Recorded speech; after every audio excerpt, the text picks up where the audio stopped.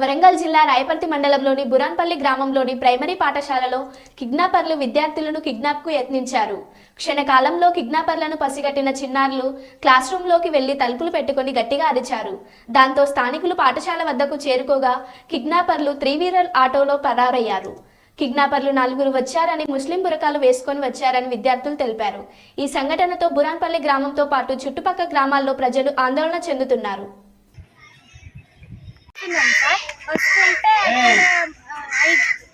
4 members ఆటోలో పోతుంది sir. ఒక 1 గర్ల్ 3 బాయ్స్ పోతుంటే మమ్మల్ని చూసారు సార్. చూస్తుంటే మళ్ళీ మేము ఆ వెనకాలే చూసుకుంటూ వచ్చినాం సార్. వాళ్ళు భయంకరంగా చూసే వరకు మేము ఉరికొచ్చినాం సార్. ఉరికొచ్చే వరకు స్కూల్లోకి రాగానే అరిచారు సార్. గట్టిగా అరిస్తే మేము భయపడి లోపలికి పోయి తలుపులు పెట్టుకున్నాం. చూసారా వాళ్ళు ఎక్కడ చూసినావు?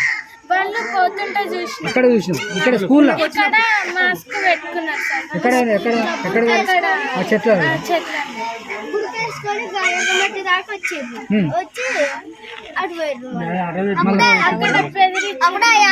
అందరు ఇక్కడనే ఉన్నారు.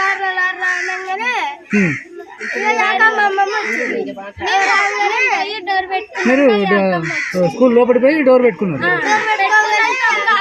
తర్వాతకి వాళ్ళు వచ్చేసరికి మేము తలుపు తీస్తున్నాం.